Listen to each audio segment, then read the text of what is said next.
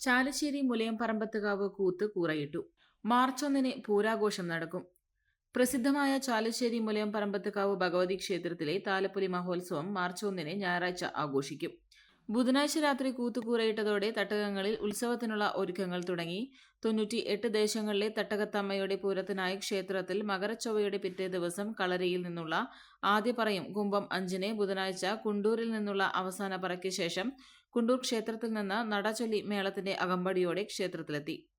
ദീപാരാധന, ചുറ്റുവിളക്ക്, പറയെടുപ്പ്, പള്ളിപ്പാന എന്നിവയ്ക്ക് ശേഷം ക്ഷേത്ര ഊരാളൻ തത്താണത്ത് മന നാരായണൻ നമ്പൂതിരി കൂത്തിന് കൂറയിട്ടു. 13ാം കൂത്തിനാണ് ഇത്തവണ മുലയം പറമ്പത്തുകാവ് പൂരാഘോഷം നടക്കുക.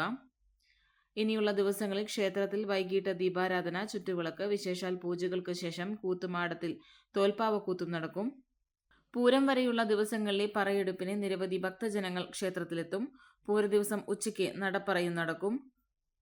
ബുധനാഴ്ച മുതൽ ആരംഭിച്ച കൂത്ത് പൂര ദിവസത്തോടെ സമാപിക്കും. മാർച്ച് 1 ഞായറാഴ്ചയാണ് പാലക്കാട്, തൃശൂർ, മലപ്പുറം ജില്ലകളിലെ സംഗമഭൂമിയായ മുലയം പറമ്പത്തുകാവിലെ പൂരം നടക്കുക. ഫെബ്രുവരി 28 ശനിയാഴ്ച വൈകിട്ട് മുതൽ പ്രസിദ്ധമായ പൂരവാണിഭവും നടക്കും. പൂരദിവസം 3 ജില്ലകളിൽ നിന്നായി 37, പ്രാദേശിക ആനപൂരങ്ങളിൽ നിന്നായി 44 ഗജവീരന്മാർ കൂട്ടിയെഴുന്നള്ളിപ്പിൽ പങ്കെടുക്കും. ഫാഷൻ ലോകത്ത് പുത്തൻ വിസ്മയമായി Neya antiques and designs Kuttanad Peringode റോഡിൽ വിജയകരമായി പ്രവർത്തനം തുടരുന്നു. ആഭരണ പ്രേമികളുടെ മനം കവരുന്ന ഡിസൈനുകൾ ഇനി വാടകയ്ക്കും ഓൺലൈനായും പർച്ചേസ് ചെയ്യാം. ഒപ്പം ഏറ്റവും പുതിയ ഫാഷനിലുള്ള ചുരിദാർ, കുർത്തീസ്, കോട്ട് സെറ്റ് എന്നിവയുടെ അതിവിപുലമായ ശേഖരവും ഉപഭോക്താക്കൾക്കായി ഒരുക്കിയിരിക്കുന്നു.